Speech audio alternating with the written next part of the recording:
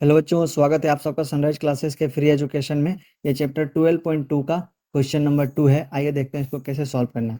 बच्चों, अगर आप लोगों को क्वेश्चन नंबर 1 में कोई डाउट है तो आप जाके चैनल के प्लेलिस्ट में जाके ढूंढ सकते हैं। वहाँ पे मैंने क्वेश्चन 1 को बढ़िया से बताया। ठीक है बच्चों, मैंने ये जो 3 फार्मूला लिख रखे हैं, जिन बच्चों ने वीडियो 1 देखा होगा आप उनको समझ में आ रहा होगा कि ये मैंने क्यों लिख रखा है। ये जो चैप्टर है इसी पे बेस्ड है। ठीक है बच्चों, चलिए आइए इसको कैसे आगे सॉल्व करना है मैं बताता हूँ। ठीक है, अब देखिए बच्चों, इसको ध्यान से देखिए। आप इसको आपको इसमें क्या दिखाई दे रहा है। इन 3 फार्मूला में आपको ये कुछ ऐसा दिखाई दे रहा होगा। माइनस का साइन बीच में है, स्क्वायर स्क्वायर टाइप ऐसा कुछ दिख रहा है, तो ये इस फॉर्म में दिखाई दे रहा है। ठीक है, तो आप इसको कैसे लिख सकते हैं? आप इसको ऐसे लिख सकते हैं 2 into 2 into P into P। ठीक है, एंड आप इसको क्या लिख सकते हैं 3 into 3 into Q into Q। ठीक है, ऐसे आप इसको फैक्टर में तोड़ सकते हैं। तो ये क्या हो गया बच्चों, इन दोनों में 2 कॉमन है, इन दोनों में P कॉमन है, तो ये इसका होल स्क्वायर हो जाएगा। एंड यहाँ सिमिलरली 3Q का होल स्क्वायर हो जाएगा। ठीक है बच्चों, हो जाएगा।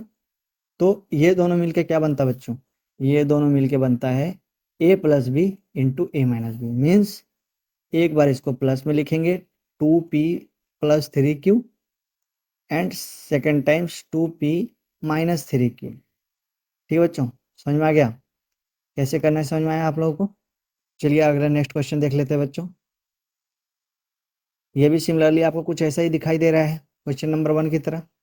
ठीक है, बट क्या है, ये किसी का स्क्वायर नहीं है, ये भी किसी का स्क्वायर नहीं है 1 1। तो हम इसको पहले फैक्टर में तोड़ लेंगे। ठीक है, चलिए 63 को अगर आप करेंगे, ये 3 से जाएगा 21, 3 से जाएगा 7।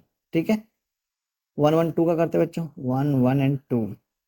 इसको करेंगे 2 से 56, अगेन 2 से 28, अगेन 2 से 14 एंड अगेन 2 से 7। ठीक है बच्चों, मीन्स क्या है, ये पेयर में है, ये पेयर में है, ये पेयर में है। ठीक है, ये सारे पेयर में है। अगर कुछ पेयर में नहीं है 63 में, तो वो 7 है, और इसमें 7 ही है जो पेयर में नहीं है। ठीक है, तो अगर आप इसको बढ़िया स्क्वायर बनाना चाहते हो, इसको स्क्वायर बनाना चाहते हो, तो 7 इससे आपको बाहर करना पड़ेगा। आप 63 से 7 को बाहर करेंगे तो ये एक पेयर बन जाएगा और स्क्वायर बन जाएगा। देखिए बताता हूँ मैं क्या बोलना चाहता हूँ। अगर आप 7 को बाहर रख देते हैं, ठीक है, तो आप इसको क्या लिख सकते हैं 9, 9 7 63। ठीक है, ये वाला 3 3 9, 9A² माइनस इसमें से भी अगर आपका 7 बाहर चला गया तो आप इसको क्या लिख सकते हैं 8। ये हो जाएगा 2 2 जा 4 4 16, 16B²। ठीक है, अब ध्यान से देखिए, ये स्क्वायर और अब ये आपको B² टाइप हो जाएगा। इसमें भी फुल्ली पेयर बनेगा, इसमें भी पेयर बनेगा। मीन्स 7 एंड इसको आप 3 into 3 A minus 4 into 4 B ऐसे लिख सकते हैं। ठीक है, मीन्स ये 7 3A का होल स्क्वायर माइनस 4B का होल स्क्वायर। ठीक है,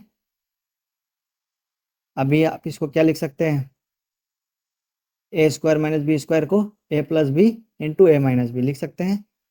ठीक है, चलिए लिखते हैं 3A प्लस ये A+B एंड A-B। ठीक है, इसको हमने इस तरह से लिख दिया है। ये आपका आंसर होगा बच्चों। ठीक है, आइए देखते हैं नेक्स्ट क्वेश्चन को।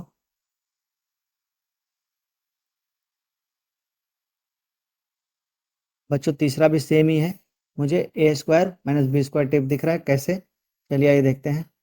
इसको लिख सकते हैं 7 7 जा 49 x इंटू एक्स। ठीक है, इसको क्या लिख सकते हैं बच्चों 6 इंटू 6।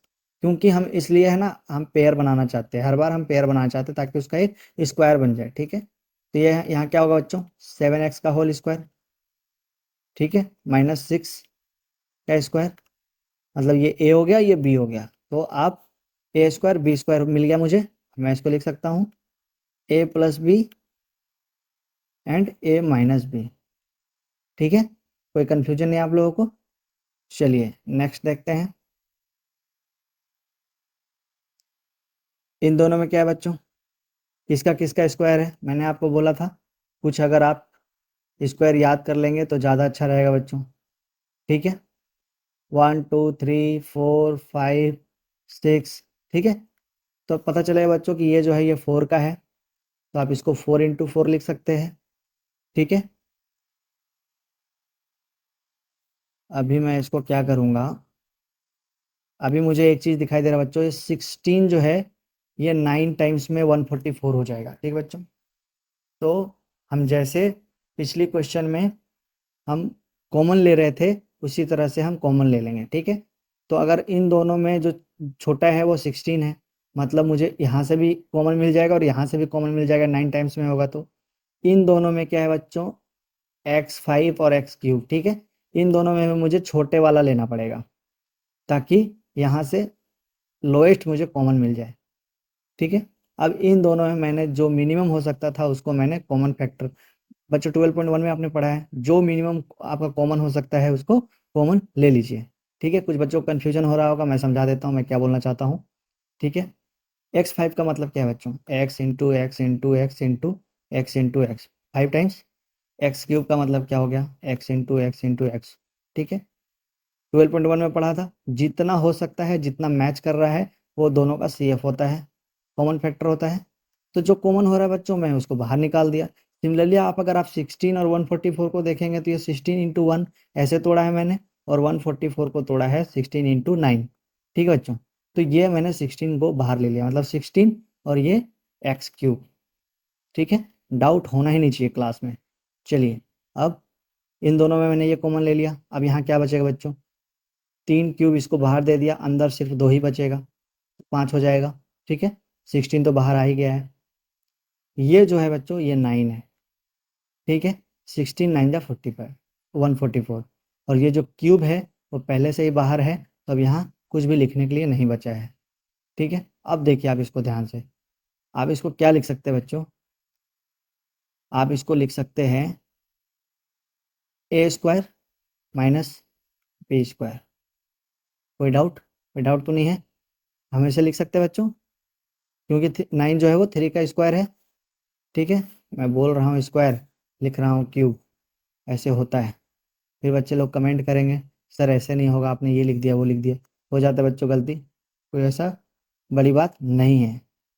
ठीक है, अब ये क्या है बच्चों, a² - b² मतलब a + b a - b। चलिए लिख लीजिए a + b a - b।